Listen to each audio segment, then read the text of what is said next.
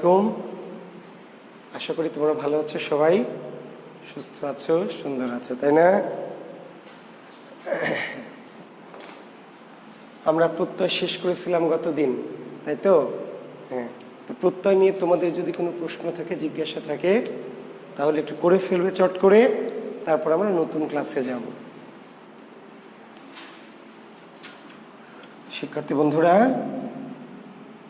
প্রত্যয় নিয়ে আমরা গত ক্লাসে প্রত্যয়টা শেষ করেছিলাম। প্রত্যয় নিয়ে যদি তোমাদের কারো কোনো কনফিউশন, কোনো প্রশ্ন থাকে, একটু দয়া করে করবে। সাবরিনা ফেরদৌস, ওয়ালাইকুম আসসালাম। সাবরিনা, জাকিরুল, ওয়ালাইকুম আসসালাম। সুরাইয়া বিনতে সাজ্জাদ, ওয়ালাইকুম আসসালাম। রেখা, ওয়ালাইকুম আসসালাম। লিমন, খান ইয়াসমিন, মরিয়ম খাতুন, জাকিরুল ভালো আছে বাবা। সুরভি, সাফরিন, মিম, ওয়ালাইকুম আসসালাম মিম।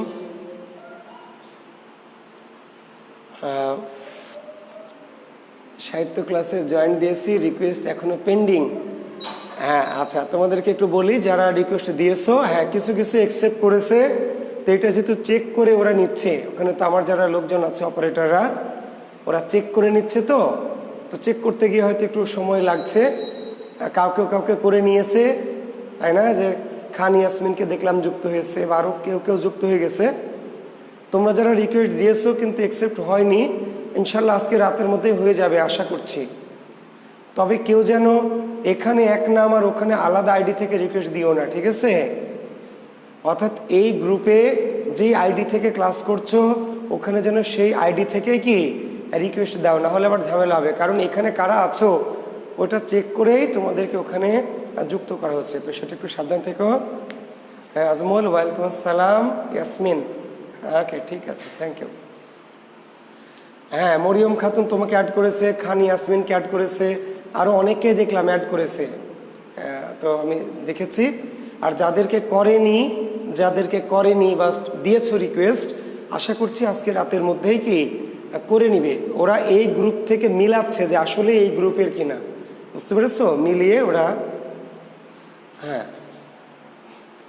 আমি জানি বেশ কিছু ছেলেমেয়ে করেছে, আরও কিছু বাকি আছে, তো যাদেরকে বাকি আছে তাদেরকেও ইনশাল্লাহ আজকে রাতের মধ্যেই বাকিগুলো করে ফেলবে। শাহরিয়ার তোমাকে করেনি? আচ্ছা দেখি, আজকে রাতের মধ্যে যদি না পাও, আজকে রাত 11টা 12টা, আজকে রাতের মধ্যে যদি না করে আগামীকাল আমাকে নক করবে, ঠিক আছে?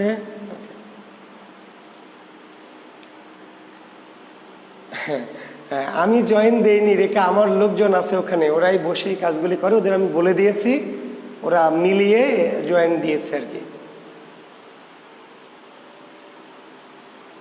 ওরে গাধা, মাকসুদা গাধা, আহান আপনির গাধা, আমি তো বোঝালাম গাধা গাধিরা, এই যে তোরা এই বেসে 150 জন স্টুডেন্ট, তো রিকোয়েস্ট দিলে আর সবাইকে অ্যাকসেপ্ট করে নিবে, তো অন্য কেউ তো এই ফাঁকে ঢুকে যাবে। কথা বুঝিস না বাংলা কথা?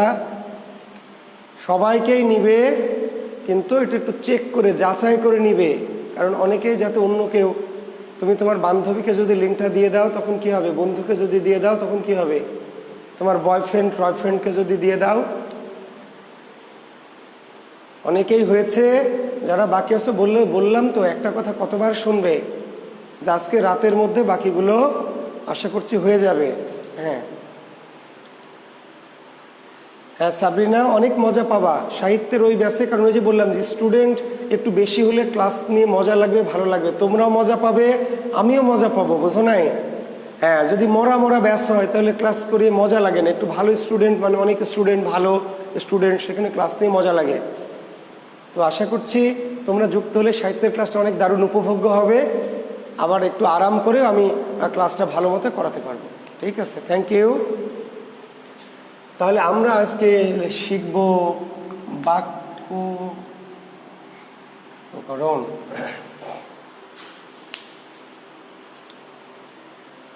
শিক্ষার্থী বন্ধুরা, আমাদের আজকের টপিকটির নাম কি? বাক্য প্রকরণ। বাক্য প্রকরণ করিয়েছে কি মনে হয় না আর কি, তারপর একটু কমেন্টস করো।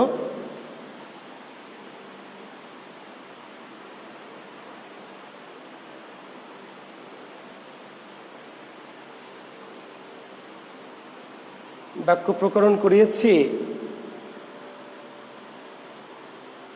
এটা পড়িয়েছি। ও ফাইন, থ্যাংক ইউ। তাহলে আমাদের বাকি আছে কি? এটা তো সবই পড়ে ফেলেছি। প্রত্যয় পড়লাম। শব্দ প্রকরণ লেখো। ব্যাকরণ আমাদের শেষের দিকে। ব্যাকরণ আমাদের অনেকটাই কি শেষের দিকে। ব্যাকরণ আমাদের অনেকটাই শেষের দিকে। ঠিক আছে, লেখো শব্দ প্রকরণ। হ্যাঁ, শব্দ প্রকরণ লেখেন। আচ্ছা, শব্দ কাকে বলে? শব্দ সংজ্ঞা লেখেন। এক বা একাধিক ধ্বনি পাশাপাশি বসে যদি অর্থ প্রকাশ করে। লেখেন। এই ফ্যানটা একটু বন্ধ করুন।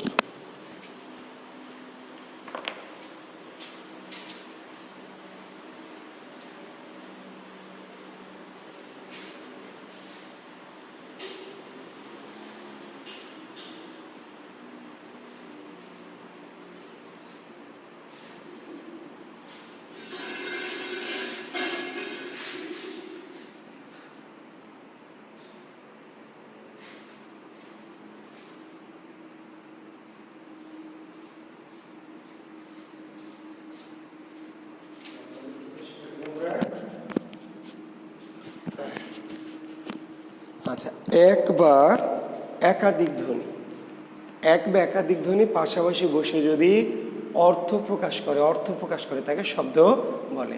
তাহলে শব্দের একটা প্রধান বৈশিষ্ট্য কি? অর্থ প্রকাশ করতে হবে। অর্থ প্রকাশ করতে হবে। অর্থ প্রকাশ করতে হবে। অর্থ প্রকাশ যদি না করে তাহলে শব্দ হবে না। অর্থ প্রকাশ যদি না করে তাহলে শব্দ হবে না। আফরোজা বলছে আসসালামু আলাইকুম স্যার, বিকেলে আপনার লাইভ দেখলাম, কথা কিবরিয়াকে ভালো লাগলো অনেক। আচ্ছা, কথাগুলো অনেক মায়াবী। কথাগুলো অনেক মায়াবী। হ্যাঁ, কথাগুলো গুলোমুলো অনেক মায়াবী, অনেকটা আমার মতো। খুবই মায়াবী, খুবই সফট, খুবই ওর। হ্যাঁ, একেবারে আমার অনেকটাই ফটোকপি আর কি। আবার আমার ছোট মেয়েটা একটু অন্যরকম। ও একটু বেশি চটপটা, বেশি একটু ইয়ার। বড়টা একদম বেশি সাদা সিধা আর কি। তো ঠিক আছে, তোমাদেরকে ধন্যবাদ। তো শব্দ প্রকরণ, প্রকরণ মানে প্রকারভেদ। শিক্ষার্থী বন্ধুরা, প্রকরণ মানে কি? প্রকারভেদ। প্রকরণ মানে প্রকারভেদ। আচ্ছা, তাহলে শব্দ প্রকরণ মানে শব্দের প্রকারভেদ। তো শব্দ কয় প্রকার? শব্দকে প্রধানত তিন ভাগে ভাগ করা হয়। শব্দকে প্রধানত তিন ভাগে ভাগ করা হয়। একটিকে বলা হয় কি গঠনগত, একটিকে বলা হয় অর্থগত, আর একটিকে বলা হয় উৎসগত। শব্দকে কি প্রধানত তিন ভাগে ভাগ করা হয়। একটি হচ্ছে গঠনগত ভাগে, একটি অর্থগত ভাবে, একটি উৎসগত। তো তোমাদের পরীক্ষার প্রশ্নে গঠনগতভাবে শব্দ কয় প্রকার? গঠনগতভাবে কি গঠনগতভাবে শব্দ হচ্ছে দুই প্রকার। কি? মৌলিক এবং সাধিত। মৌলিক এবং সাধিত। অর্থগতভাবে তিন প্রকার: যৌগিক, রূঢ় বা রূঢ়ি। যৌগিক, রূঢ় বা রূঢ়ি এবং যৌগ। তাহলে গঠনগতভাবে শব্দ কয় প্রকার? গঠনগতভাবে দুই প্রকার, মৌলিক আর সাধিত। অর্থগতভাবে শব্দ কয় প্রকার? উত্তর তিন প্রকার: যৌগিক, রূঢ় বা রূঢ়ি, যৌগ। আর উৎসগতভাবে শব্দ কয় প্রকার? পাঁচ প্রকার। কি? তৎসম, অর্ধ তৎসম, তদ্ভব, দেশি এবং বিদেশি। আসো, তোমার কথা বলতে বলতে তুমি চলে এসছে। আসো আসো মা, তোমাকে দেখবি স্টুডেন্ট। আসো, জোর কথা বলতে বলতে চলে এসছে। দেখছো, আমার মেয়ে আমার জন্য চা নিয়ে এসছে। হ্যাঁ, ওর জন্য দোয়া করো সবাই তোমরা। হ্যাঁ, আমার মেয়ে আমার জন্য চা বানিয়ে নিয়ে এসছে, যে বাবা চা খাবে, বাবার গলাটা একটু ইয়ে হচ্ছে। ভালো থেকো, যাও, সবাইকে সালাম দাও। আসসালামু আলাইকুম। তোমার কথা আমি গল্প করছিলাম আমাদের সাথে, বলেছে যে তুমি অনেক লক্ষ্মী। যাও, আমার জন্য চা বানিয়ে নিয়ে এসছে আমার মেয়ে। হ্যাঁ, জানি যে বাবা ক্লাসের সময় চা খেতে পছন্দ করে। হ্যাঁ, আচ্ছা, দোয়া করো তোমরা ওর জন্য।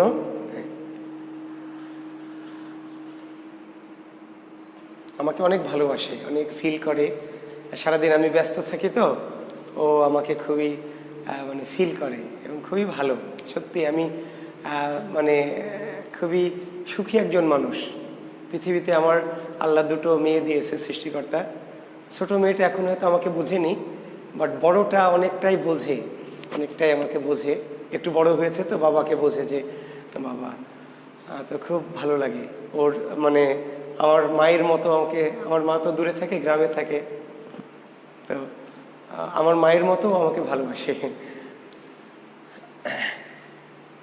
আচ্ছা, তো ঠিক আছে, ভালো থেকো তোমরা, তোমাদের জন্য দোয়া থাকলো। হ্যাঁ, সেটা দোয়া করো যেন মানুষ হয়, ডাক্তার, ইঞ্জিনিয়ার, বিজ্ঞানী কি হবে সেটা পরের বিষয়, যেন মানুষ হয়, মানুষের মতো মানুষ হয়। আচ্ছা, তো ঠিক আছে বন্ধু, শিক্ষার্থী বন্ধুরা, আমরা একটু ক্লাসে আসি। আচ্ছা, তাহলে আমরা বলছিলাম যে উৎসগতভাবে শব্দ হচ্ছে 5 প্রকার। উৎসগতভাবে শব্দ কয় প্রকার? উৎসগতভাবে শব্দ 5 প্রকার। কি কি? তৎসম, অর্ধতৎসম, তদ্ভব, দেশি এবং কি বিদেশি। ঠিক আছে, তো আমরা একটু এক এক করে আলোচনা শুরু করতে চাই। তাহলে প্রথমে আমরা দেখতে চাই, পরীক্ষায় প্রশ্ন হবে তোমাদের, খুবই জরুরি, কিন্তু খুবই জরুরি টপিক, বিশেষ করে পিলির জন্য, কিংবা যারা সামনে প্রাইমারি পরীক্ষা দেবে, ব্যাংকার্স, খুবই জরুরি। বাংলাদেশের যত পরীক্ষা হয় এই শব্দ প্রকরণ থেকে কিন্তু প্রশ্ন থাকবে। দেখবে যে নিচের কোনটি মৌলিক শব্দ, কোনটি সাধিত শব্দ, কোনটি যৌগিক, কোনটি রূঢ়ি, কোনটি যোগরূঢ়, কোনটি তৎসম, কোনটি অর্ধতৎসম, কোনটি তদ্ভব, কোনটি দেশি, কোনটি বিদেশি, থাকবেই। কিংবা শব্দটা দিয়ে বলবে কি জাতীয় শব্দ, শব্দ দিয়ে হয়তো বলবে কি জাতীয় শব্দ। বুঝতে পেরেছ? গোলাপ কি জাতীয় শব্দ, জলধি কি জাতীয় শব্দ, পঙ্কজ কি জাতীয় শব্দ, মহাযাত্রা কি জাতীয় শব্দ, নানানভাবে এরকম প্রশ্ন করবে আর কি। তো আমরা এক এক করে তাহলে আলোচনা করি। মৌলিক আর সাধিত, খুবই সিম্পল, যে মৌলিক সাধিত যে শব্দকে ভাঙা যায় না, বিশ্লেষণ করা যায় না। ঠিক আছে, যে শব্দকে ভাঙা যায় না, বিশ্লেষণ করা যায় না।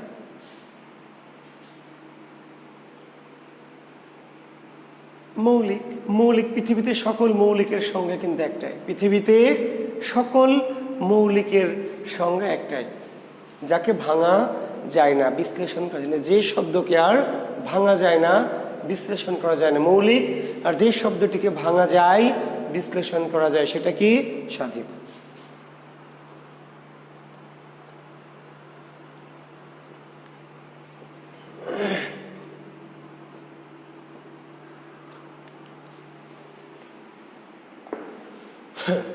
আমরা একটু দেখছি, আমি একটা এদিকে মুছে দিলাম, এগুলো আবার লিখবো।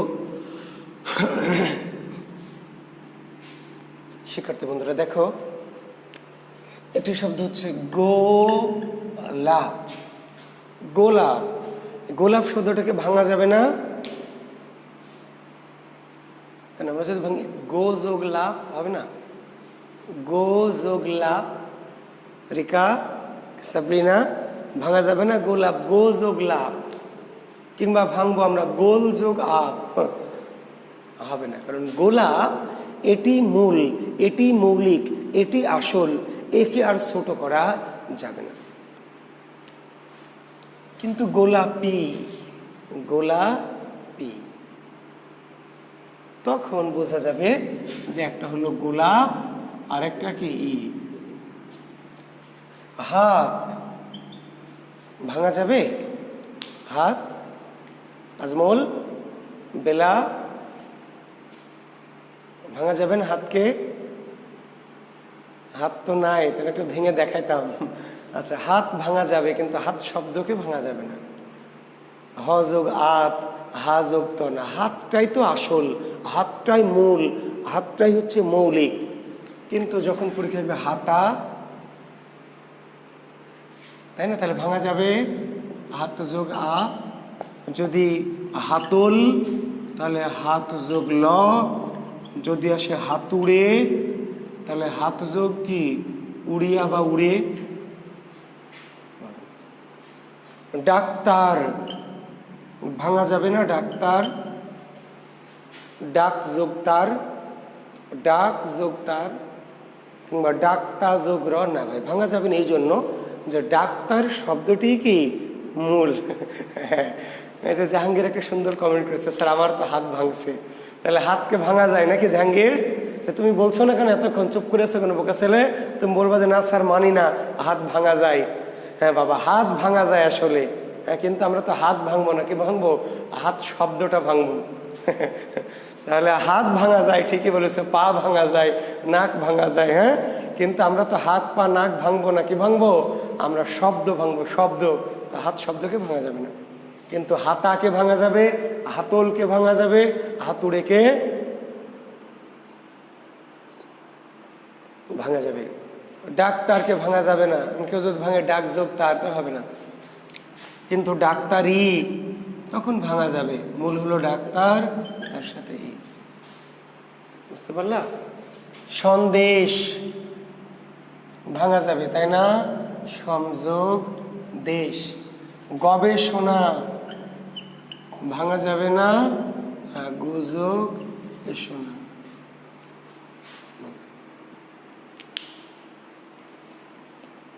ঠিক আছে?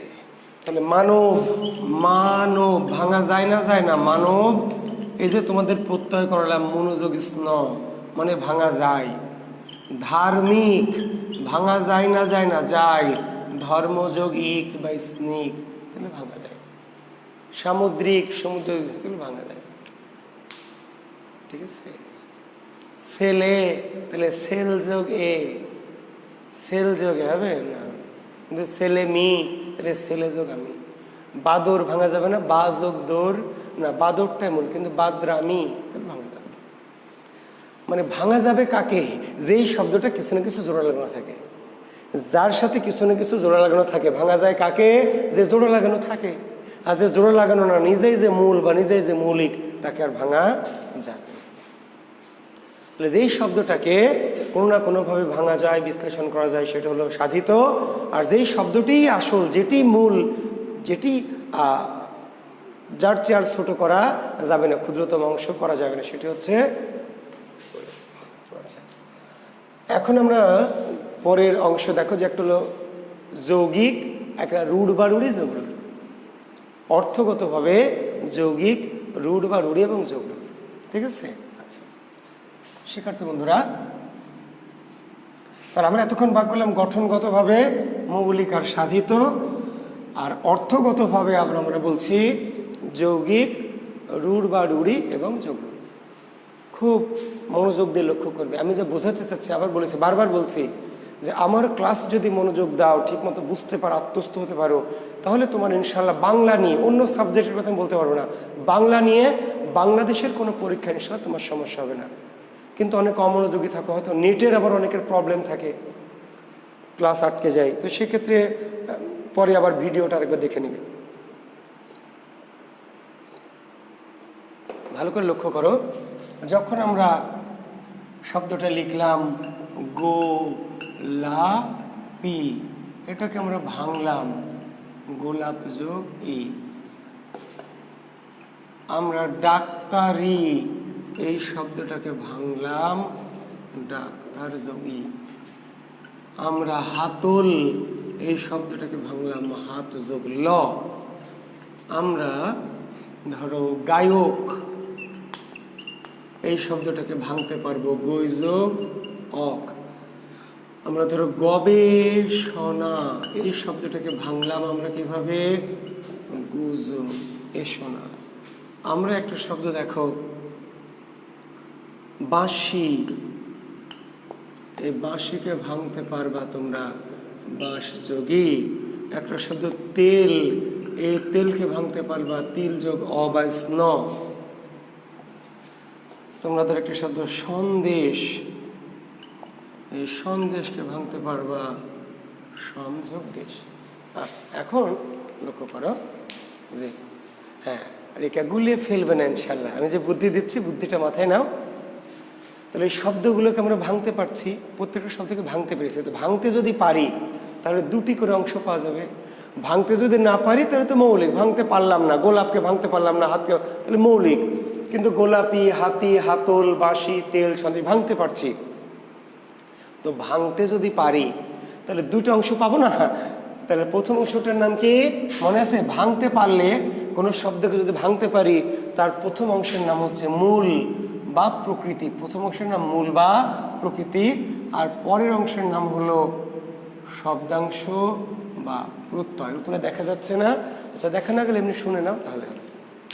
তাহলে কোনো শব্দকে যদি আমরা ভাঙতে পারি তাহলে তার কমপক্ষে দুটি অংশ পাবো। প্রথম অংশটার নাম মূল বা প্রকৃতি, আর পিছনের অংশটার নাম প্রত্যয় বা শব্দাংশ। যত শব্দকে ভেঙেছি তার প্রত্যেকের মূল পেয়েছি, শব্দাংশ পেয়েছি, মূল পেয়েছি, শব্দাংশ পেয়েছি। গোলাপের মূল কি? গোলাপ। ডাক্তারের মূল ডাক্তার, হাতলের মূল হাত, গায়কের মূল গই, গবেষণার মূল গো, বাঁশির মূল বাঁশ, তেলের মূল তিল, সন্দেশের মূল সব পেয়েছি। গোলাপি এই শব্দের মূল কি? গোলাপ। গোলাপি শব্দের অর্থটা নির্ভর করে কার উপর? গোলাপের উপর। গোলাপি এই শব্দের অর্থটা নির্ভর করে গোলাপের উপর। গোলাপ দিয়েই গোলাপি হয়, তাই তো হবে। মূল যে গোলাপ, যে শব্দ তো মূলের উপর নির্ভর করবে। তাহলে গোলাপ দিয়ে গোলাপি হয়। আচ্ছা, অন্য কিছু দিয়ে গোলাপি হবে না? রজনীগন্ধা দিয়ে গোলাপি হবে না? বেলি দিয়ে, জবা দিয়ে? গোলাপি হতে হলে কি লাগবে? গোলাপ লাগবে। কেন? গোলাপের মূল হচ্ছে, গোলাপির মূল গোলাপ। তাহলে গোলাপি এই শব্দের অর্থের নির্ভরতা কার সাথে? গোলাপ। ডাক্তারের মূল কি? ডাক্তার। ডাক্তার ছাড়া আর কেউ ডাক্তারি করতে পারবে? স্যার আপনিও পারবেন, আমিও পারবো, রিক্সাওয়ালাও পারবে না। হাতুড়ে ডাক্তার। ডাক্তারি করবে কে? যে ডাক্তার। অর্থাৎ ডাক্তারি এই শব্দের সংশ্লিষ্টতা কার সাথে? ডাক্তারের সাথে, অন্য কারোর সাথে নাই, কারণ মূলের সাথে। হাতলের মূল কি? হাত।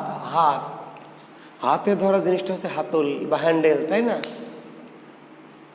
পা দিয়ে ধরা যাবে হাতল? পা দিয়ে ধরলে কি হাতল হবে? প্যাডেল হবে, পাদানি হবে। তাহলে হাতলের শব্দের অর্থ নির্ভর করে কার উপর? হাতের সাথে। গায়কের মূল কি? গই। গই মানে কি? গান। গান। তাহলে গায়ক এর অর্থ নির্ভর করে কার উপর? গানের উপর। নাচলে গায়ক হবে না, ছবি আঁকালে, বাংলা প্রাইভেট পড়ালে না। গায়ক এই শব্দের অর্থ নির্ভর করে কার উপর? মূল। মূল। গবেষণার মূল গো। গবেষণা শব্দের মূলটা কি? গো। কোনো সন্দেহ আছে আপনাদের? না, আমার নাই। তাহলে গবেষণার গো। গো মানে গরু। এখন বলেন গবেষণা শব্দের অর্থের সাথে গরুর মিল কি? গবেষণা শব্দের মূল হচ্ছে গো। গবেষণা এই অর্থের সাথে মূল গো বা গরু অর্থের মিল কি? এটা আমাকে বোঝান। গরু নিয়ে গবেষণা নাকি? না গরুর দুধ খেয়ে গবেষণা? গবেষণা এই শব্দের সাথে এটার যে মূল গো, এর অর্থের সম্পর্কটা কি? আমাকে বোঝান।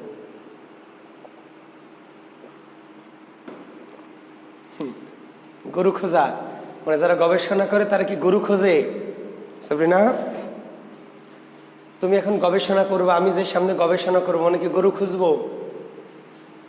আসলে গবেষণা শব্দটির মূল গো আমরা পেয়েছি ভাঙলে, কিন্তু গবেষণা শব্দের অর্থের সাথে তার মূল গোয়ের অর্থের কোনো সংশ্লিষ্টতা নাই। এখানে তো কাহিনী। বাঁশি এর মূল পেয়েছি বাঁশ। বাঁশি এর মূল কি? বাঁশ। বাঁশ। তাহলে সংশ্লিষ্টতা কি? বাঁশ দিয়ে বাঁশি হয়। আচ্ছা ধরে নিলাম হয়, কেন?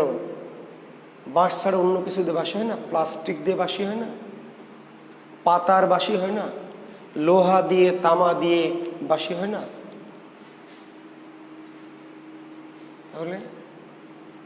তাহলে বাঁশি এই শব্দের অর্থের মিল কি শুধু বাঁশের সাথেই সংশ্লিষ্টতা? মূল আমরা পেয়েছি বাঁশ, কিন্তু বাঁশ ছাড়াও আরো অনেক কিছুর সাথে কি, আচ্ছা তেলের মূল তিল, তেলের মূল কি তিল, তিল, তাহলে তেলের সাথে তিলের সংশ্লিষ্টতা আছে না নাই? আছে। তিল দিয়ে তেল হয়, আর কিছু দিয়ে হয় না। সয়াবিন দিয়ে হয় না তেল, নারকেল দিয়ে হয় না, সরিষা দিয়ে তেল হয় না, রেড়ি দিয়ে হয় না। তাহলে তেলের মূল তো পেলাম তিল, সরিষা পেয়েছি, সয়াবিন পেয়েছি, সূর্যমুখী পেয়েছি। তাহলে মূল যা পেয়েছি তার সাথে এর অর্থের সংশ্লিষ্টতা পুরোপুরি নাই। সন্দেশ, এর মূল কি সম, তো সন্দেশ এই শব্দের অর্থের সাথে সমের অর্থের মিল কি বোঝেন আমাকে? সন্দেশ কোথায় আর সম কোথায়? সন্দেশ শব্দের মূল সম, কিন্তু শব্দের সাথে তার মূলের অর্থের কোনো মিল নাই। যেই শব্দ অর্থের জন্য পুরোপুরি তার মূলকে অনুসরণ করে, যে শব্দ পুরোপুরি তার মূলকে অনুসরণ করে, সম্পূর্ণরূপে মূলের অনুগামী, যে শব্দ পুরোপুরি বা সম্পূর্ণরূপে মূলের অনুগামী, মূল ছাড়া আর কাউকে বেল দিবে না, সে টাইম নাই, সেটা হলো যৌগিক শব্দ। কি শব্দ? যৌগিক। যৌগিক যে শব্দ সম্পূর্ণরূপে মূলের অনুগামী, সম্পূর্ণরূপে পুরোপুরি মূলের অনুগামী, মূলকে অনুসরণ করে, যৌগ। আর যে শব্দ মূলকে সম্পূর্ণরূপে অনুসরণ করে না, সম্পূর্ণরূপে করে না মানে একটু একটু করতেও পারে, সমস্যা নেই, একটু একটু করতেও পারে, একটু একটু করলেও মানে রূঢ়, না করলেও রূঢ়, একটু একটু করলেও রূঢ়, সম্পূর্ণরূপে করলে যোগরূঢ়। পুরোপুরি মূলের উপর নির্ভরশীল, অন্য কাউকে, গোলাপ ছাড়া আর কারোর সাথে গোলাপের সম্পর্ক নাই, ডাক্তার ছাড়া আর কারোর সাথে ডাক্তারের সম্পর্ক, হাত ছাড়া অন্য কোনো জিনিস হাতল হবে না, গান ছাড়া গায়ক হওয়া যাবে না, কিন্তু গরু ছাড়াও গবেষণা হবে, বাঁশ ছাড়াও বাঁশি হবে, তিল ছাড়াও তেল হবে। তিল দিয়েও হতে পারে, বাঁশ দিয়েও হতে পারে, কিন্তু এটা ছাড়া, অর্থাৎ সম্পূর্ণরূপে মূলের উপর নির্ভরশীল নাই। যে শব্দ সম্পূর্ণরূপে পুরোপুরি মূলের অনুগামী, মূলকে অনুসরণ করে, এটা যৌগিক। আর যে শব্দ সম্পূর্ণরূপে বা পুরোপুরি মূলের অনুগামী নয়। সাবরিনা ফেরদৌস একটা সুন্দর শব্দ লিখেছে, আমরা অনলাইনে এত কিছু বলতে চাই না, অনেকে এগুলো রেকর্ডেড হয়ে থাকে, বুঝতে পারলেন? স্বামী কালো হোক, খাটো হোক, খসখসা হোক, বোকা শোকা ভোলা ভালো হোক, তবু এই বউটি স্বামী ছাড়া আর কাউকে বোঝে না।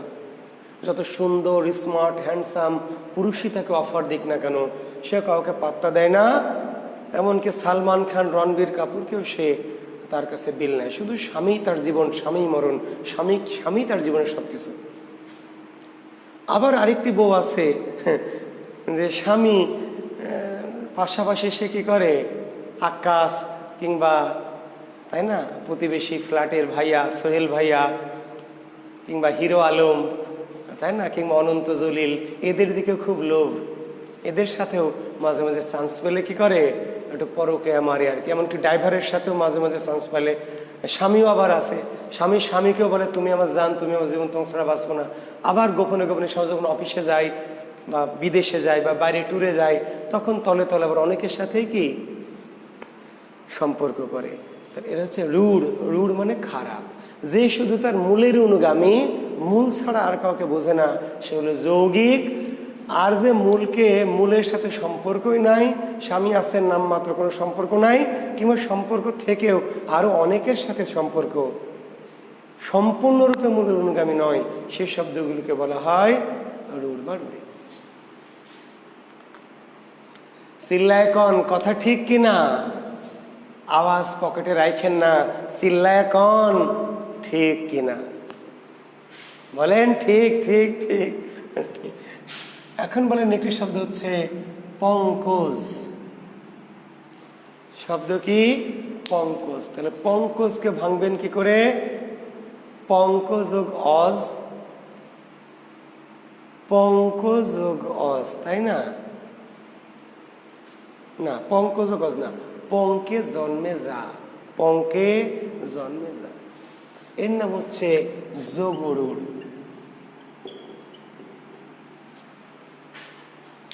সমাজ সাধিত। জাহাঙ্গীর আলম থাকতে হিরো আলম কেন? আমার প্রশ্ন তো এইখানেই। আমার ছাত্র হিরো আলমের মতো হ্যান্ডসাম স্মার্ট ছাত্র থাকতে হিরো আলম কই থেকে আসে? জাহাঙ্গীর মানে শ্রেষ্ঠ, যেই বাংলাদেশের শ্রেষ্ঠ আলম জাহাঙ্গীর আলম আছে, সেখানে কোথাকার কোন হিরো আলম? এটা কি হইল? এটা এই দুঃখেই তো আমার মাঝে মাঝে কষ্ট হয়।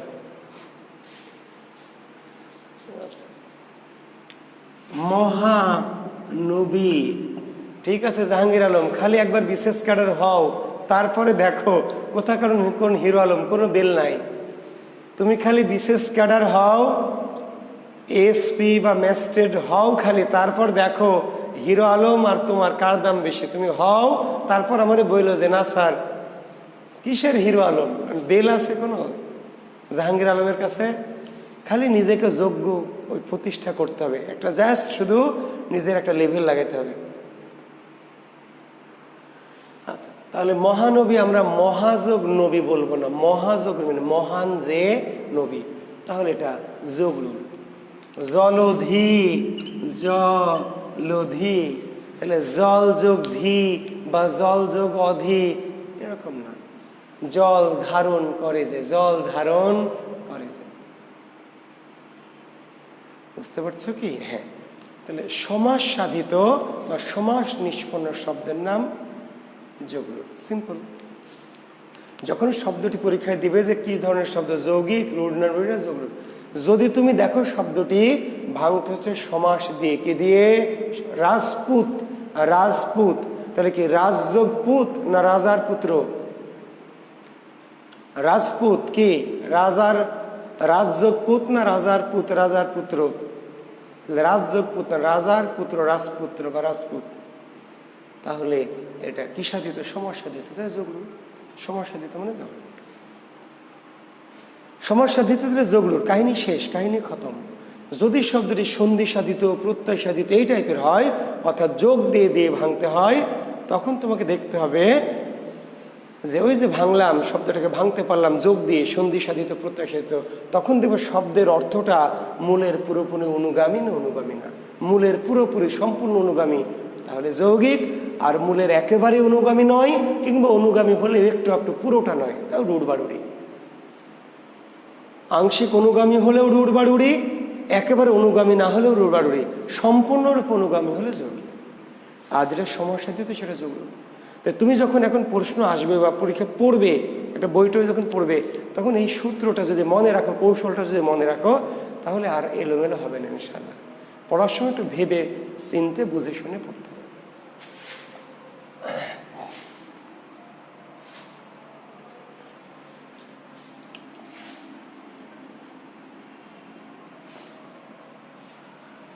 এবার আসবো আমরা উৎস অনুসারে। কি অনুসারে? উৎস অনুসারে বা উৎপত্তি অনুসারে বা ব্যুৎপত্তি অনুসারে।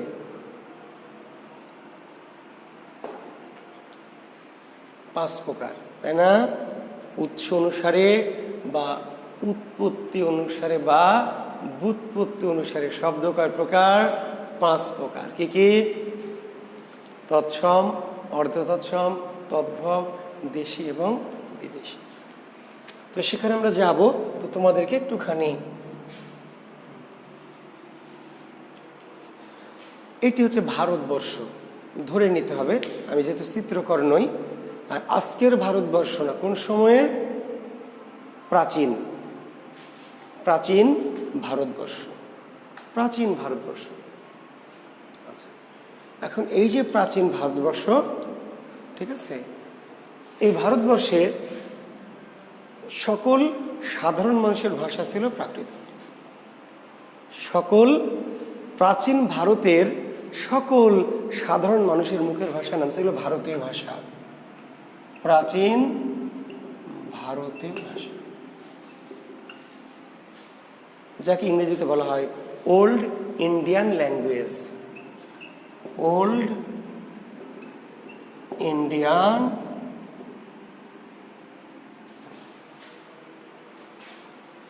হঠাৎ করে একদল লোক বাইরে থেকে, একদল বণিক বা একদল ব্যবসায়ী কিংবা একদল যাযাবর কিংবা একদল বিশাল একটা দল মানুষ ভারতবর্ষে প্রবেশ করলো, যারা নিজেদের একটা নাম দিল আর্য। ভারতে আগে ছিল শুধু ভারতীয়রা, আগে ভারতে ছিল শুধু ভারতীয়রা, যাদের ভাষা ছিল প্রাচীন ভারতীয় ভাষা। এবার ভারতবর্ষে একটা বিশাল জনগোষ্ঠী, কেউ বলল ইউরোপ থেকে, কেউ বলছে মধ্যপ্রাচ্য থেকে, ইউরোপ থেকে বা মধ্যপ্রাচ্য থেকে একদল বিশাল একদল জনগোষ্ঠী ভারতবর্ষে এলো। আচ্ছা, আসার পরে করলো কি, এখন ভারতবর্ষে কিন্তু এই যারা এলো বাইরে থেকে, এরা নিজেদের নাম দিল কি আর্য। বাইরের মানুষরা নিজেদের নাম দিল কি আর্য। আর আমরা যারা ভারতে আছি, আমাদেরকে নাম দিল অনার্য, ভারতীয় না। ওরা বাইরে থেকে একদল লোক এসে নিজেদের নাম দিল আর্য, আর আমরা যারা ভারতে আগে থেকে ছিলাম, আমাদের পূর্বপুরুষরা, ওদেরকে নাম দিল কি, আমাদেরকে নাম দিল অনার্য, অনার্য। এখন ভারতে ভাষা কি একটা না, আগে ভাষা ছিল একটা, প্রাচীন ভারতীয়। এই যে একদল লোক যারা এলো বাইরে থেকে, এদের ভাষা কি ভারতীয় না? ভারতের মানুষের ভাষা ভারতীয়, ওই বেটাদের ভাষা তো ভারতীয় না। তোদের ভাষা কি আমরা কি করে জানবো? ওরা ওদের ভাষাকে বললো আর্য। ওরা জাতি আর্য, আর ওদের ভাষাটাও কি আর্য। আর্য শব্দের অর্থ হচ্ছে সম্ভ্রান্ত। আর্য শব্দের অর্থ কি? সম্ভ্রান্ত, উচ্চবংশীয়, সদ্বংশজাত। আর আমাদের নাম দিল অনার্য। অনার্য মানে ছোট লোক, ম্লেচ্ছ, ইতর। আমাদের ভাষারও নাম দিল ওরা অনার্য। তাহলে ভারতে এখন দুটো জাতি, একদল আর্য যাদের ভাষা আর্য, আরেক দল অনার্য জাতি যাদের ভাষা অনার্য। আর্যরা ছিল সত্যিকার অর্থে শিক্ষিত, শিক্ষিত, আধুনিক। তো আর্যরা এই আর্য ভাষায় লিখলো রামায়ণ, লিখলো কি রামায়ণ, লিখলো মহাভারত, লিখলো ঋক, সাম, যজু, অথর্ব। ঋক, সাম, যজু, অথর্ব বেদ। এবং আর্যরা দাবি করলো যে তারা আসলে মানুষ না, তারা ভগবানের সন্তান, ঈশ্বরের সন্তান। আর যারা ভারতবর্ষ আগে থেকে আছে, এরা সব নিম্ন শ্রেণীর ছোট লোক, মানুষ। এরা হচ্ছে সাধারণ মানুষ। আর আর্যরা ঈশ্বরের সন্তান, ঈশ্বরের সন্তান। এবং তাদের যে ভাষা আর্য ভাষা, সে আর্য ভাষাটাও কি ঈশ্বরের ভাষা। তো ভারতীয়রা ছিল অন্ধবিশ্বাসী, কুসংস্কারাচ্ছন্ন, এবং তারা বিশ্বাস করলো। ভারতীয়দের কাজই হচ্ছে কি করা? অন্যের কথাকে বিশ্বাস করা। ভারতীয়রা হাজার বছর ধরে, ভারতীয় জাতি একটু বেশি বিশ্বাসপ্রবণ, অন্ধবিশ্বাসপ্রবণ। কেউ কিছু বললে সেটাকে সহজেই কি সরলও বলতে পারেন, সরলও বলতে পারেন, সরল কিংবা অন্ধবিশ্বাসী। তো বিশ্বাস করে নিল। এবং এই অনার্যরা করতো কি, তাদের নিজেদের ভাষায় কথা বলার ফাঁকে ফাঁকে আর্য ভাষার শব্দগুলো শুনতো এবং কি বলতো। এখন যেমন আপনারা করেন, এই যে আপনারা এই অনার্যেরই তো আমরা উত্তরসূরি। আমরা এখনো কি বাংলা ভাষার মাঝে মাঝে কি করি? Yes, no, very good, thank how, good morning, I love you, I hate you, stupid, লানসন, ইডিয়েট, এগুলো বলেন না? বলে একটা ভাব আসে না? একটা ভাব আসে। এটা আমাদের ওই জিন, ওই এটা আমার দোষ না, জিনগতভাবে আমরা অন্যের কৃষ্টি, অন্যের কালচার, অন্যের জি চুল করছি খাড়া খাড়া, মাঝখান দিয়ে ফাড়া ফাড়া, জামা করছি ছেঁড়া ছেঁড়া, তাই না? এখানে একটু এরকম ছুটি, এখানে কানে দুল, হ্যাঁ তাই না? হাতে বালামালা পড়তেছি কেন? অনুকরণ, অনুকরণ। আমরা অন্যের দেখে অনুকরণ করতে ভালোবাসি, পছন্দ করি। অনার্যরা, আর্যদের নিজেদের ভাষা ছিল তাদের প্রাচীন ভারতীয় ভাষা। এই ভাষায় তারা কথা বলে, ভাব বিনিময় করে। কিন্তু আর্যদের সে ভগবানের ভাষা, কিছু কিছু শব্দ তারা কি করে শুনে শুনে শিখে নিয়েছে। নিয়ে তারা কি করে, যে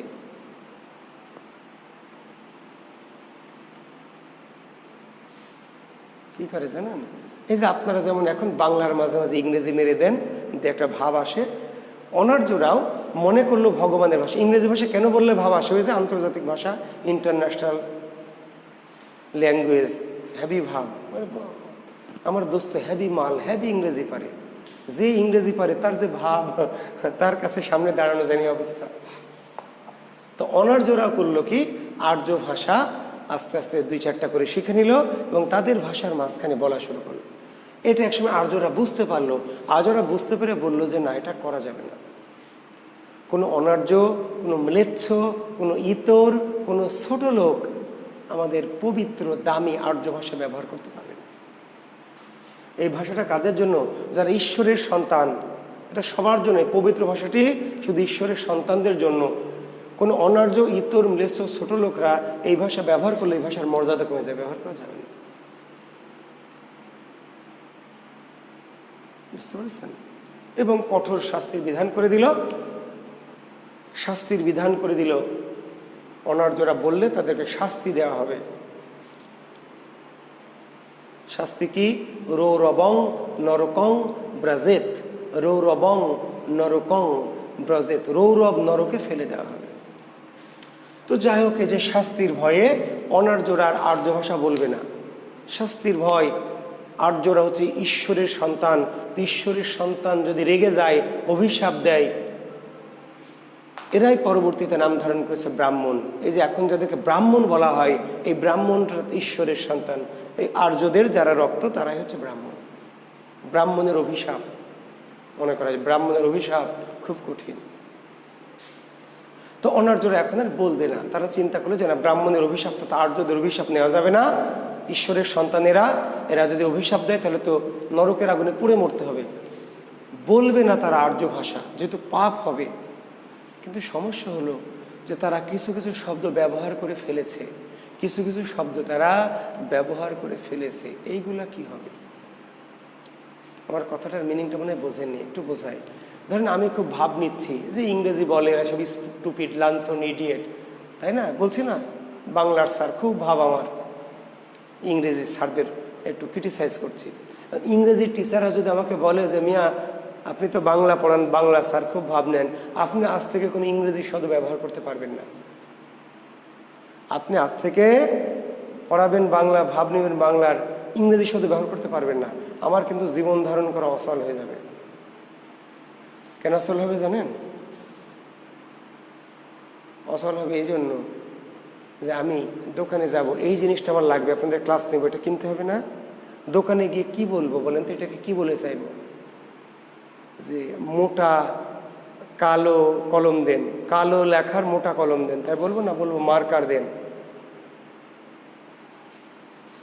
এই যে এইটাকে কি বলবো? এটা আমার কিনতে হবে, আমি ক্লাসরুমে এটা সেট করব, চেঞ্জ করব, তাহলে কি বলবো? লেখার মোটা শক্ত জায়গা দেন, নাকি কি বলবো? এটাকে কি বলবো? দোকানে যে কিনবো আমি, যে মোছার চারকোনা শক্ত কাঠের জিনিস দেন, কি বলবো? এই যে এটার নাম রিমোট, এসির রিমোট, এটাকে কি বলবো?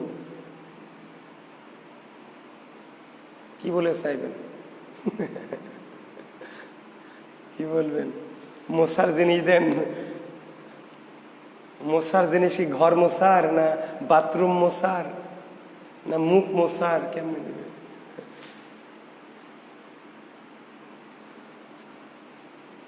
ছবি কিসে দেখাবো রবিন?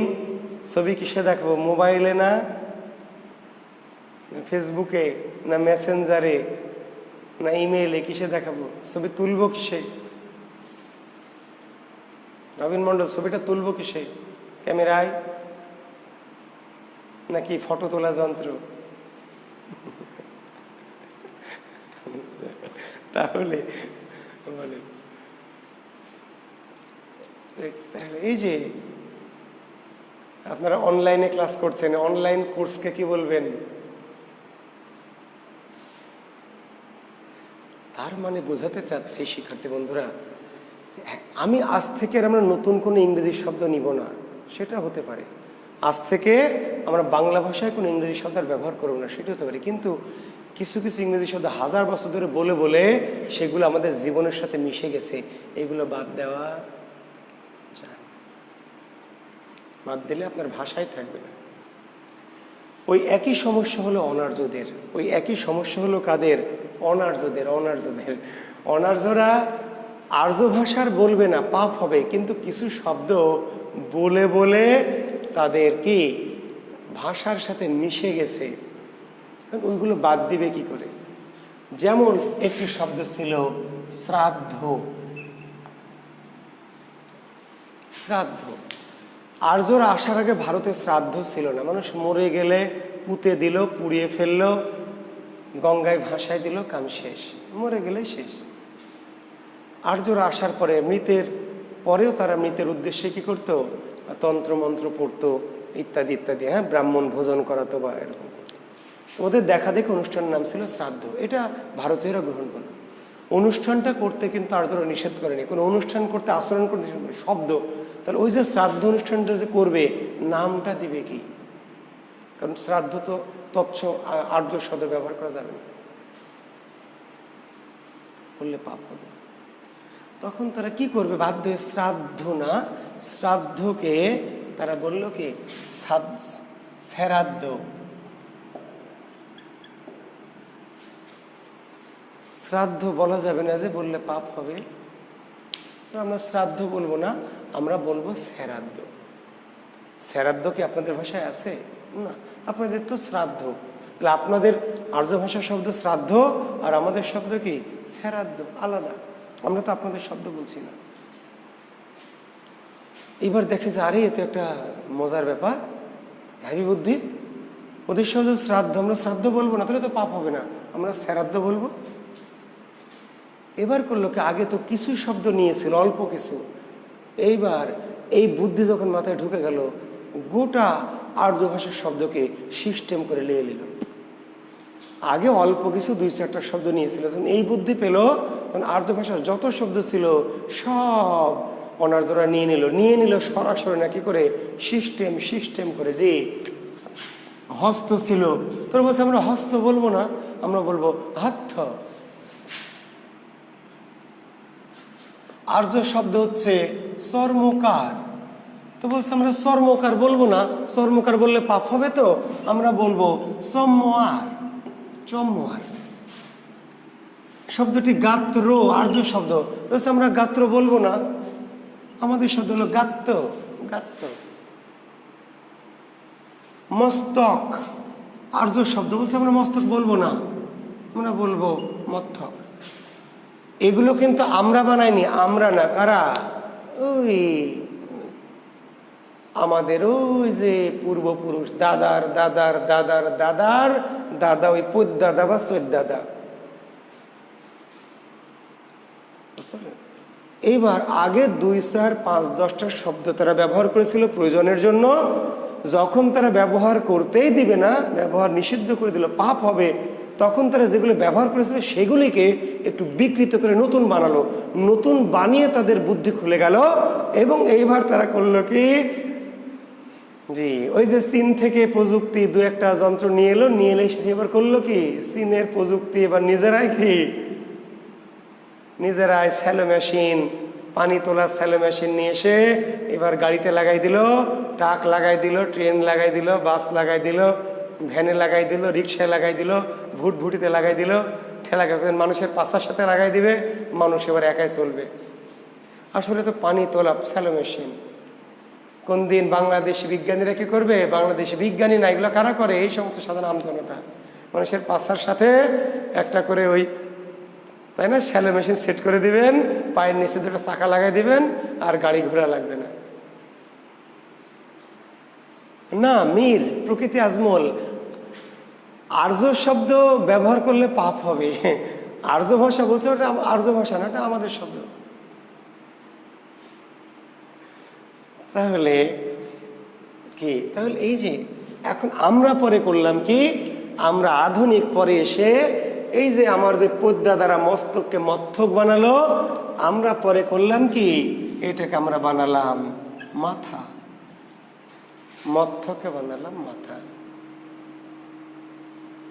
গাত্তকে বানালাম কি গা, চম্মোয়ারকে বানালাম কি সামার, হত্তকে বানালাম কি হাত। তাহলে এই যে আমাদের ওই যে আর্যদের যে ভাষা, আর্যদের ভাষা, এই আর্য ভাষার নাম সংস্কৃত, তার নাম তৎসম। যুগের বিবর্তনে নামটা চেঞ্জ হয়েছে। ওই যে আর্যদের, ওই আর্যদের আদি মূল শব্দগুলোর নামই কি? আর্য ভাষারই পরবর্তীতে নাম কি? সংস্কৃত। আর সংস্কৃত ভাষার নাম হচ্ছে তৎসম, তৎসম। আর আমাদের ওই পদ্যাদা চোদ্দাদারা যেহেতু তৎসম বা আর্য সরাসরি বলতে পারবে না, পাপ হবে, তো তারা আর্যকে যে একটু ভেঙে নিল, ভেঙে বিকৃত করে নিল, আংশিক করে নিল, সেটার নাম অর্ধ তৎসম। কি নাম? অর্ধ তৎসম। তৎসম যেহেতু সরাসরি ব্যবহার করা যাবে না, তারা কি করলো? বিকৃত করে ভেঙে নিল, সেটা হলো অর্ধ তৎসম।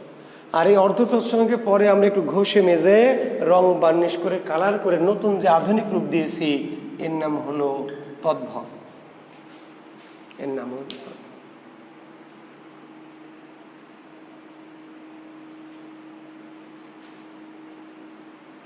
এই তদ্ভব শব্দগুলোকে বলা হয় খাঁটি বাংলা, আধুনিক বাংলা। তদ্ভব শব্দগুলিকে বলা হয় খাঁটি বাংলা, আধুনিক বাংলা।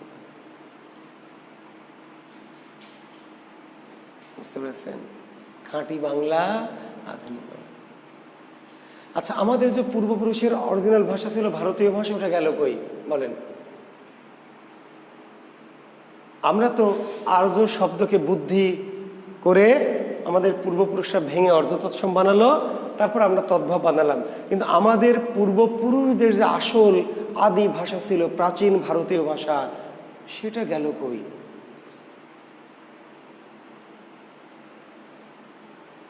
সেটা আস্তে আস্তে হারিয়ে গেল।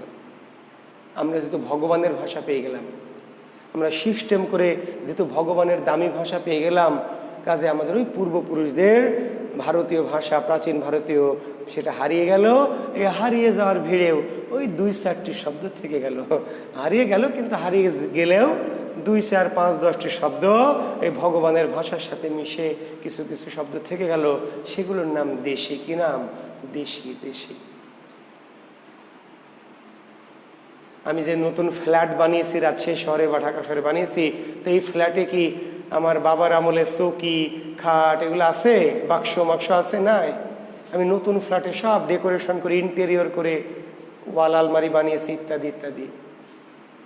পুরাতন জিনিসপত্র রাখিনি। তারপরেও বাবার একটা স্মৃতি হিসাবে একটা হয়তো ছোট্ট বাক্স রেখে দিয়েছি একটা কোণার ঘরে, বাবার স্মৃতি হিসাবে রেখে দিয়েছি।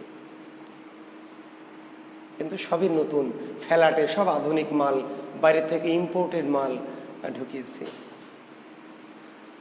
তাহলে ওই যে আর্যদের শব্দগুলো আমরা নতুন ভগবানের ভাষা ভেবে গ্রহণ করে বিকৃত করে নিয়ে নিলাম। আর আমাদের সত্যিকার অর্থে যে আদি ভাষা ছিল, অরিজিনাল ভাষা, প্রাচীন ভারতীয়, সেটা হারিয়ে গেল। তো হারিয়ে গেলেও এর মধ্যে অল্প কিছু কিছু কিছু শব্দ কি থেকে গেল। সেই শব্দগুলো নামই কি? নামই হচ্ছে দেশি, দেশি। হ্যাঁ রিকা, আমার ক্লাস করার সুযোগ না পেলে স্যার আজীবন অন্ধ থাকতাম। কি বলে পাগল মেয়ে? আসলে দেখো, ওই শব্দগুলো আমি লিখে দিব, তুমি মুখস্থ করবা, তাহলে আমার কাছে ক্লাসে আসার দরকার কি? কোচিং সেন্টারের টিচাররা যেই কাজটি করে, ছন্দে ছন্দে ছড়ায় ছড়ায় ওই শব্দগুলো লিখে দেয়। আরে বাবারে, ওই সব শব্দ তো কোনো না কোনো বই পুস্তকে লেখা আছে, টিচার তো আবিষ্কার করেনি।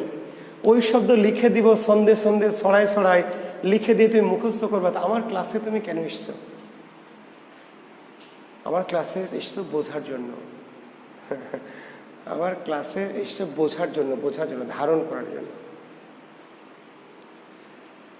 তাহলে শব্দগুলির তাৎপর্যটা বুঝতে পারলে তো? কেন তৎসম, কেন অর্ধ তৎসম, কেন তদ্ভব, কেন দেশি। এখন খাঁটি বাংলার শব্দ কোনগুলি? প্রশ্ন হবে, নিচের কোনটি খাঁটি বাংলার শব্দ? তোমরা কিন্তু ভুল করবে, শত শত ছাত্ররা ভুল করে। খাঁটি বাংলার শব্দ, দেশি শব্দগুলো খাঁটি বাংলা না। দেশি শব্দগুলো কিন্তু খাঁটি বাংলা না। খাঁটি বাংলার শব্দ কোনগুলা? মনে রাখবা, তদ্ভব শব্দ। ওই ভগবানের ভাষাকে যে আমরা পরিবর্ধন পরিমার্জন করে ঘষা মাজা করে নতুন নিউ লুক দিয়েছি, তাহলে আমার এখনকার ঠিকানা কি? এই যে আধুনিক ফ্ল্যাট, এটি আমার ঠিকানা।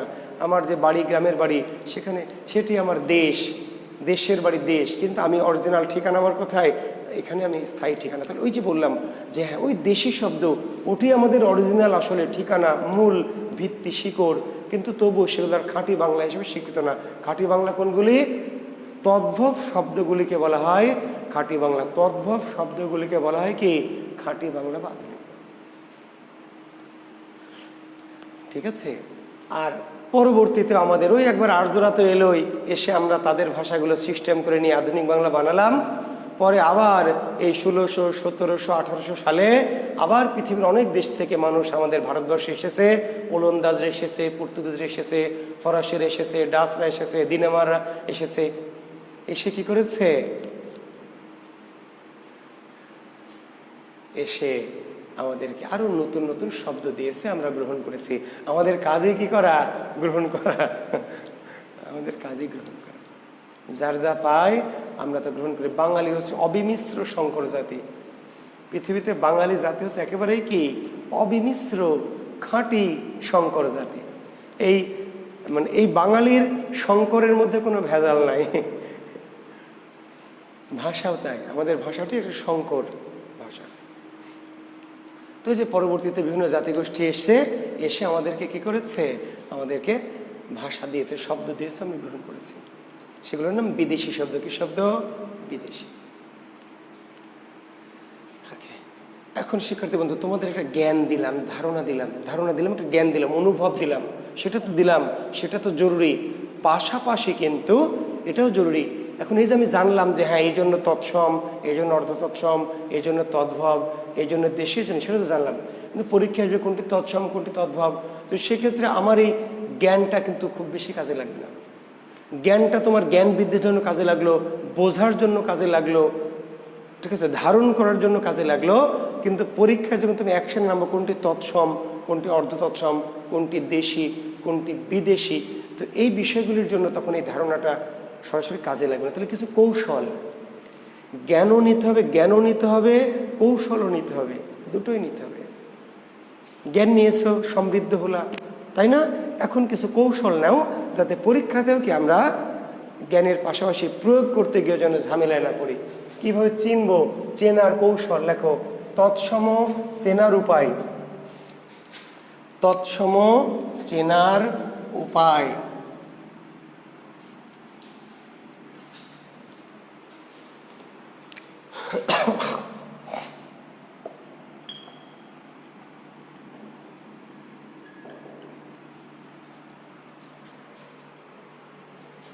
কোনো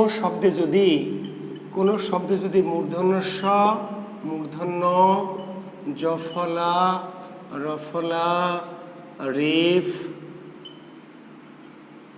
রি, দীর্ঘই, দীর্ঘ, অনুস্বার, বিসর্গ কিংবা যুক্ত,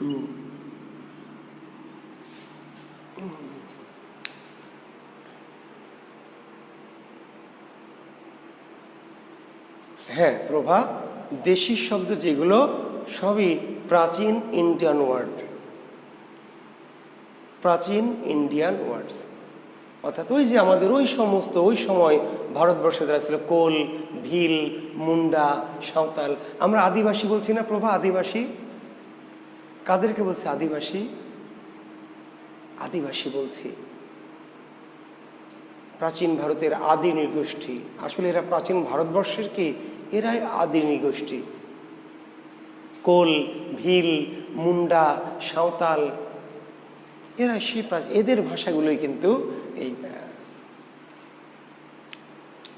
খাঁটি বাংলা। খাঁটি বাংলা তো না, আসলে দেশি। ঠিক আছে।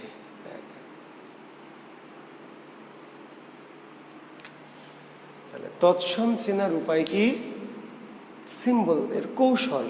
আমরা তখন জ্ঞান নিলাম, আমরা সমৃদ্ধ হলাম, আমরা অনেক কিছু জানলাম, পাশাপাশি তোমাকে কৌশলটা কি? আমরা তৎসম কি করে চিনব? আমার ওই জ্ঞান দিয়ে কিন্তু তৎসম চেনার ক্ষেত্রে হেল্প করবে না, বোঝার ক্ষেত্রে হেল্প হলো, কিন্তু চেনার জন্য তোমাকে তাহলে কোনো শব্দে যদি পেট কাটা মূর্ধন্য স, কোন শব্দে যদি পেট কাটা মূর্ধন্য স, পেট কাটা মূর্ধন্য ন, জফলা, রফলা, রেফ, রি, দীর্ঘ ই, দীর্ঘ উ, অনুস্বার, বিসর্গ কিংবা যুক্ত ব্যঞ্জন থাকে, তাহলে সাধারণত তৎসম শব্দ হয়। তাহলে সাধারণত তৎসম শব্দ।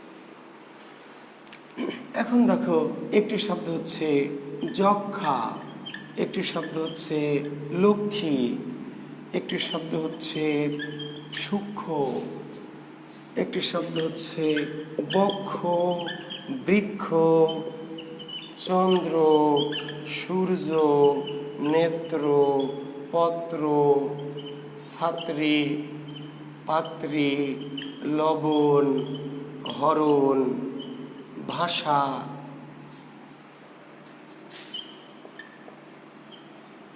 ব্রাহ্মণ, তাই না?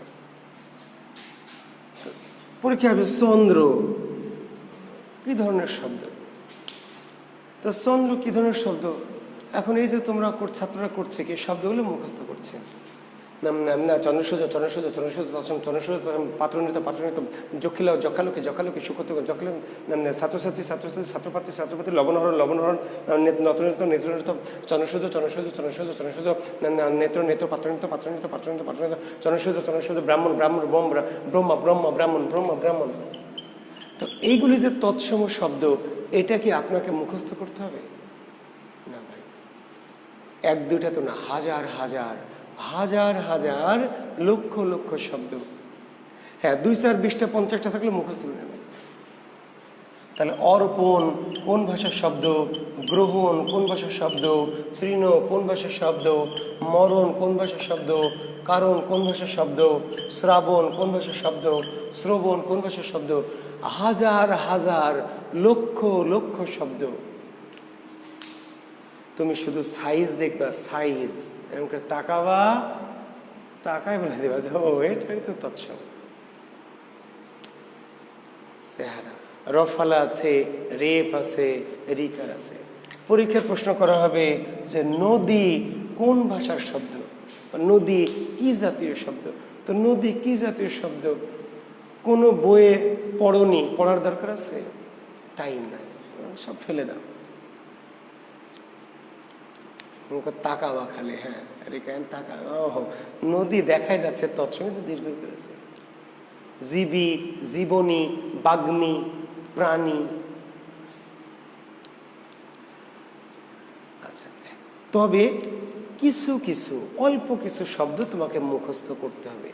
তৎসম শব্দ পড়তে গিয়ে দেখবা যে 2-4টি শব্দ তৎসমেরই তালিকায় আছে, তৎসমেরই তালিকায় আছে একেবারে।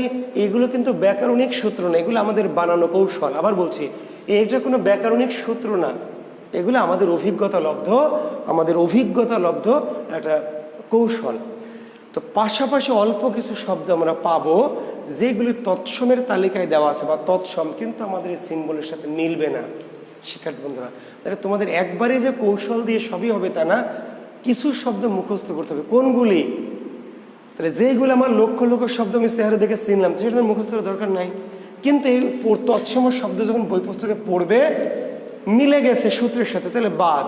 কিছু কিছু শব্দ দেখবা তৎসমের তালিকায় আছে, কিন্তু আমাদের জুয়েল স্যারের এই সূত্রে মিলছে না। তাহলে ওই শব্দ কয়েকটাকে তোমাকে কি করতে হবে, আলাদা করে একটা তালিকা।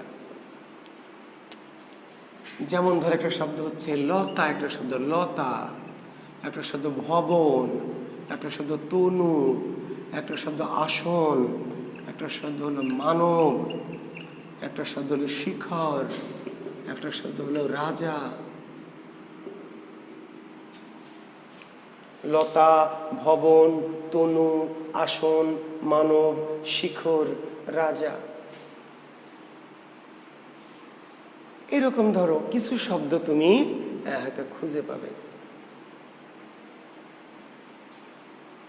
তাহলে তুমি যে তোমার যে বই পুস্তক যেই বই থাক না কেন, তৎসম শব্দের তালিকা আছে, ওই তালিকার দিকে তাকিয়ে দেখবে অনেক শব্দ তুমি অটো এমনি বুঝে যাচ্ছ, সেগুলি বাদ।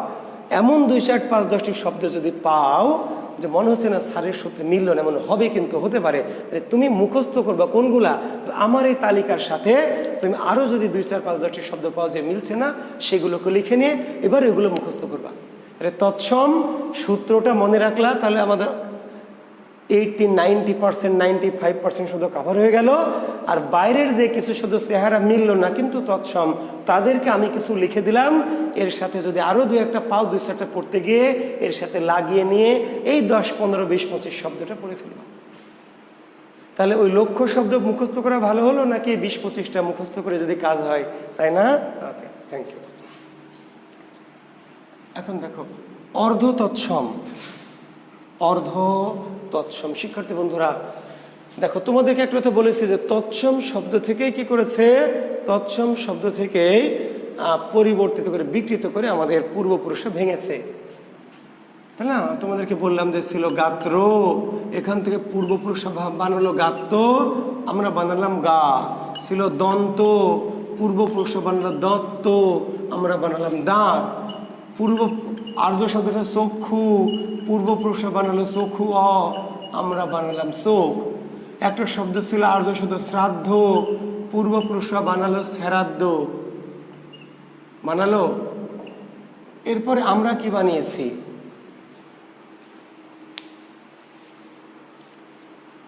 আমরা চক্ষু ছিল আর্য শব্দ, আমাদের পূর্বপুরুষরা বানালো পদ্মাদারা বানালো চক্ষু, আমরা পরে আধুনিক যুগে বানালাম চোখ।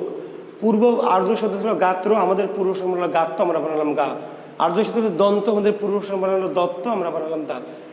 শ্রাদ্ধ আর্য শব্দ, তোমাদের বলেছি সেখান থেকে পূর্বপুরুষরা বানালো শ্রাদ্ধ। এটাকে পরে আমরা কি বানিয়েছি,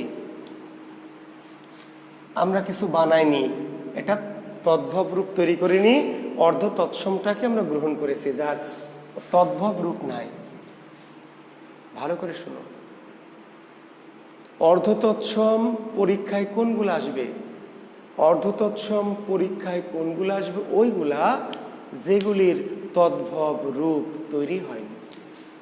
কিছু কিছু শব্দ আমরা আর তদ্ভব না করে অর্ধ তৎসম পর্যন্তই রেখে মেনে নিয়েছি, যাদের আর পরিবর্তন মডিফাই করে তদ্ভব বানায়নি। তো যাদের তদ্ভব হয়েছে তাদের অর্ধ তৎসম জিন্দেগিতে পরীক্ষা আসবেন, এগুলো পচে গেছে, পচা। শুধু জানবেন চক্ষু থেকে চোখ, গাত্র থেকে গা, দন্ত থেকে দাঁত, বক্ষ থেকে বুক, মস্তক থেকে মাথা, কর্ণ থেকে কান। আসলে কর্ণ থেকে কান না, কর্ণ থেকে কর্ণ, অর্ধ তৎসম তারপর কান। যার তদ্ভব তৈরি করেছি আমরা, তদ্ভব তৈরি হয়েছে, আধুনিক বাংলা তৈরি হয়েছে, তার অর্ধ তৎসম পচে গেছে, দরকার নাই, ডিলিট হয়ে গেছে, শেষ। এবং বইয়ে দেখবেন দেওয়া নাই, বইয়ে দেওয়া আছে তৎসম তদ্ভব, তৎসম তদ্ভব, তৎসম তদ্ভব। চক্ষু চোখ, গাত্র গা, পত্র পাতা, অদ্য আজ, রাত্রি রাত, কিন্তু রাত্রি থেকে রাত না, রাত্রি থেকে রাত্রি, তারপর। তাহলে ওই অর্ধ তৎসমগুলি পরীক্ষা জীবনে আসবে না এবং আপনি পড়বেনও না, লাগবেনও। কোনগুলো লাগবে, কিছু শব্দ আর্য শব্দ বা তৎসম শব্দ থেকে ভেঙে আমাদের পূর্বপুরুষ অর্ধ তৎসম করেছে, যাদের পরবর্তীতে আমরা তদ্ভব রূপ করিনি। তার একটি শ্রাদ্ধ থেকে শ্রাদ্ধ, একটি শব্দ হলো গৃহিণী, এখান থেকে গিন্নি। তাহলে গৃহিণী আর্য শব্দ, তৎসম শব্দ, সেখান থেকে আমাদের পূর্বপুরুষ বানিয়েছে গিন্নি। আমরা তদ্ভব রূপ কি দিয়েছি, গিনি না গুণা না গুণ, না কিছু করিনি বলে এটা পরীক্ষা আসবে। স্পর্শ, স্পর্শ থেকে পরশ, অর্ধ তৎসম, এর কোনো তদ্ভব রূপ নাই। কৃষ্ণ আর্য শব্দ, তৎসম শব্দ, চারিদিকে বোঝা যাচ্ছে এইটাকে আমাদের পূর্বপুরুষ বানিয়েছে কেষ্টা, কেষ্টা, কিন্তু এর কোনো তদ্ভব রূপ, কেষ্টা, কেটা বা কেটু না। কৃষ্ণ থেকে কেষ্টা বানালো আমার পদ্মা দ্বারা, আর আমরা কি বানাইছি কেটু, রাধা কেটুর প্রেম না। তৃষ্ণা, তৃষ্ণা থেকে কি, তৃষ্ণা থেকে তৃষ্ণা। মহার্ঘ থেকে মাগ্গি, মহার্ঘ থেকে মাগ্গি, সরি এটা জফলা হবে না, গৃহ থেকে গিন্নি। জ্যোৎস্না আর্য শব্দ, তৎসম জ্যোৎস্না, সেখান থেকে আমাদের পূর্বপুরুষ বানিয়েছে জ্যোৎস্না। আমরা পরে কি বানিয়েছি, আমরা আর বানাইনি। শব্দটা কুৎসিত, কুৎসিত থেকে আমাদের পূর্বপুরুষরা বানিয়েছে কুৎসিত। তাহলে তৎসম থেকে, সংস্কৃত থেকে লক্ষ লক্ষ শব্দ অর্ধ তৎসম হয়ে তদ্ভব হয়ে গেছে, অর্ধ তৎসম হয়ে তদ্ভব হয়েছে। তো যাদের আমরা তদ্ভব বা আধুনিক রূপ তৈরি করেছি তাদের অর্ধ তৎসম আপনাকে পড়তে হবে না, তাদের শুধু পড়তে হবে তৎসম তদ্ভব তৎসম তদ্ভব তৎসম। আর অর্ধ তৎসম দেখবেন বাংলাদেশে যত বই আছে 10, 12, 15, 20টা 30টার বেশি নাই।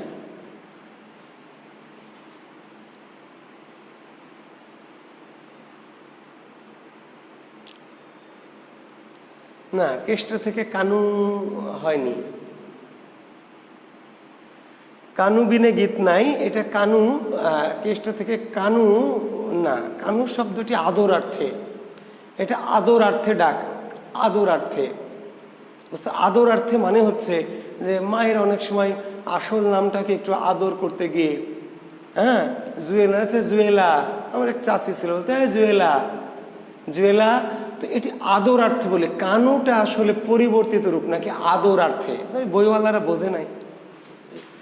তাহলে এই হচ্ছে আমাদের, তাহলে অর্ধ তৎসম শব্দ বললাম যে আপনি যখন বই পুস্তক পড়বেন অর্ধ তৎসম শব্দ দেখবেন, ওই ঘুরে ফিরে যত বই খোঁজেন ওই 10-12টা, তাহলে এই শব্দগুলো পড়ে ফেলবেন। জি। আর তদ্ভব, জি, আধুনিক যে রূপটা, বাংলা ভাষার যে আধুনিক রূপ, আধুনিক রূপ, বর্তমান রূপ, সেটা হচ্ছে তদ্ভব। হাত, মাথা, মুখ, চোখ, হ্যাঁ, পা, কান। জি।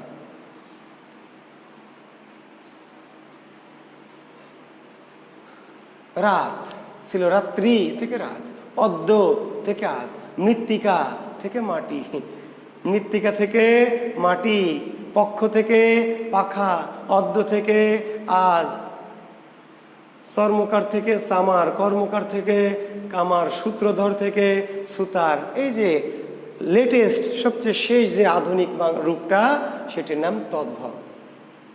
তো তদ্ভব শব্দ চেনার ওরকম কোনো উপায় নেই, শুধু মনে রাখবেন আধুনিক বাংলাগুলি তদ্ভব। আর বই পুস্তকে দেখবেন একটা তালিকা দেওয়া আছে এরকম, আমার বইটাতেও আছে, বাংলা কোষ, একটু বের করে দেখবেন, আপনাদের যাদের কাছে আছে একটু দেখবেন দয়া করে, এই শব্দগুলো প্রয়োজনে তালিকাগুলো একটু পড়বেন। শিক্ষার্থী বন্ধুরা, কিছু জিনিস একটু পড়তে হবে, তো আমি শব্দের তালিকাটা আপনাদেরকে একটু দেখাতে চাচ্ছি। কোথায় গেল? হ্যাঁ, পেয়েছি মনে হয়। হ্যাঁ, এই যে দেখেন, একটু লক্ষ্য করবেন শিক্ষার্থী বন্ধুরা।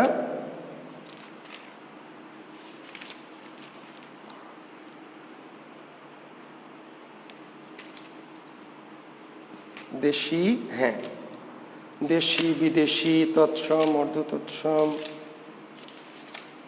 এই যে দেখেন, এরকম ছক আমি দিয়েছি 657 পেজে, দেখেন 658 পেজে এরকম আপনি দেখেন, স্বর্ণ থেকে সোনা, স্বর্ণ থেকে সোনা, পঙ্ক থেকে পাঁক, বৃন্ত থেকে বোটা, মৃত্তিকা থেকে মাটি, অক্ষি থেকে আখি, তারপরে কন্থা থেকে কাঁথা, অস্থি থেকে আটি, পত্র থেকে পাতা, শ্রাবণ থেকে শাওন, বক্ষ থেকে বুক, পদ থেকে পা, গ্রাম থেকে গা, রাত্রি থেকে রাত, চর্মকা থেকে চামার, এরকম সর্প থেকে সাপ, সাগর থেকে সায়র, অদ্য থেকে আজ, বৎসর থেকে বছর, ঝঞ্ঝা থেকে ঝড়, নূতন থেকে নতুন, বংশ থেকে বাঁশ, পঞ্চ থেকে পাঁচ, দন্ত থেকে দাঁত, অঞ্চল থেকে আঁচল, অঞ্চল থেকে আঁচল। এরকম এই তালিকাটা একটু পারলে দেখবেন, দেখবেন কেন, তাতে আপনার লাভ হবে যে উৎস, মূল কি ছিল, আধুনিক কি, দন্ত থেকে দাঁত, সংক্রম থেকে সাঁকো, বংশ থেকে বাঁশ, অস্থি থেকে আঠি, অদ্য থেকে আজ, আজের উৎপত্তি বা মূল শব্দ কি, অদ্য, অদ্য। আমরা অনেক সময় বলি অদ্য বিকাল 5 ঘটিকায়, অদ্য বিকাল 3 ঘটিকা, অদ্য। এই অদ্য শব্দটা আজের তৎসম, আজ এর মূল কি, অদ্য। মাটি এর মূল মৃত্তিকা, বুকের মূল বক্ষ, চোখের মূল চক্ষু, দাঁতের মূল দন্ত, নাকের মূল নাসিক। ওই মূলটা হচ্ছে আর্য বা তৎসম, আর বর্তমান যে রূপটা সেটা হচ্ছে তদ্ভব। একটু দেখবেন। আর দেশি তো বলেই দিয়েছে অল্প কয়েকটা, দেশি ওই যে আদিবাসী তথা আমার ওই প্রাচীন ভারতীয় পূর্বপুরুষের অল্প কিছু শব্দ, সেগুলোর সংখ্যাও হাতে গোনা 15-20টা। আপনি বাংলাদেশের যত বই পড়বেন ঘুরে ফিরে ওই 15-20টা শব্দ, কুলা, চুলা, ডাব, ডাগর, ডিঙ্গি, ঢেকি, ঝাঁটা, তাই না, পেট, গঞ্জ, চোঙ্গা, হ্যাঁ, এই টাইপের গোটা 15 শব্দ হয়তো আপনি পাবেন। তারপরে কি আসবে যে গঞ্জ কোন শব্দ, টোপর কোন শব্দ, চোঙ্গা কোন শব্দ, কুড়ি কোন শব্দ, পেট কোন শব্দ, চুলা কোন শব্দ। তাহলে কুলা, চুলা, ডাব, ডাগর, ডিঙ্গি, ঢেকি, ঝাঁটা, ঝোল, তাই না, এরকম পড়ে নিন। অল্প কয়েকটা, শত শত না, 10-15টা শব্দ পড়ে নেবেন শেষ। আর এরপরে কি বিদেশি, বিদেশি বিদেশি কিন্তু যন্ত্রণা করবে, বিদেশি যন্ত্রণা করবে। তো বিদেশি নিয়ে আজকে আর কথা বাড়াবো না, আপনারা তো মুখস্থ করে নেন, আমার বলে লাভ কি, তো মুখস্থ করে নেন। আর তবু আমি একটুখানি অল্প একটু আলোচনা করবো আগামী দিন ইনশাল্লাহ। আপনারা মুখস্থই করবেন, তবে আমি যদি একটু গল্পের মতো করে বলে দিই বা একটু যদি, তাই না, তাহলে আপনাদের হয়তো মনে রাখতে সুবিধা হবে। তো বিদেশি শব্দগুলি মুখস্থই করতে হবে আপনাদেরকে। আমি আপনাদেরকে একটু ওই যে বললাম হালকা একটু কৌশল বা কিছু জিনিস একটু গল্পের মতো করে একটু বলবো, তাহলে আপনাদের সুবিধা। আর যদি মনে করেন স্যার আমরা পড়ে নিব, তাও নিতে পারেন, বই পুস্তকে দেওয়া আছে, বিদেশি শব্দগুলো পড়ে নিন। তো আজকে এ পর্যন্তই, ইনশাল্লাহ আমরা আগামী ক্লাসে কি বিদেশি শব্দ নিয়ে একটু কথা বলবো। আর আপনাদেরকে আজকে পরীক্ষা নিতে চেয়েছিলাম, প্রত্যয়ের পরীক্ষা নিতে চেয়েছিলাম কিনা, আমি প্রশ্ন আমার কম্পিউটার অপারেটরকে বলেছিলাম, করেছি কিনা। আচ্ছা, এক্সাম আছে কিসের, প্রত্যয় না সাবরিনা, প্রত্যয়ের এক্সাম। আচ্ছা দেখছি তাহলে, হ্যাঁ আমার তো, হ্যাঁ তাই তো, প্রত্যয়ের এক্সাম ছিল। আমি বলেছি আমার অপারেটর প্রশ্নটা রেডি করেছে কিনা দেখি আপনি। জি, ওকে, থ্যাংক ইউ। আমি 5 মিনিটের মধ্যেই প্রশ্নটা ইনশাল্লাহ দিচ্ছি। আর যদি না দিতে পারে আমি দেখছি, না হলে আমি লিখে দিব এখনই, পরীক্ষা নেওয়া সম্ভব হচ্ছে না। আর যদি সম্ভব হয় তাহলে আমি এখনই দিয়ে দেবো, একটু 5 মিনিট চোখ রাখবেন গ্রুপে, ঠিক আছে? জি, ঠিক আছে, শুভকামনা, আল্লাহ হাফেজ, শুভরাত্রি। আর যারা বললাম সাহিত্য গ্রুপে অবশ্যই লিঙ্ক দিও, আমি কিন্তু এই গ্রুপে সাহিত্য করাবো না, তোমরা অনেকে যারা কিংবা যারা জানেন একটু জানিয়ে দিও। এই গ্রুপে আমি অবশ্যই একটা পোস্ট করতে চেয়েছি, ভুলে গেছি, আমি এক্ষুনি ঢুকে পোস্টটা করে দিই।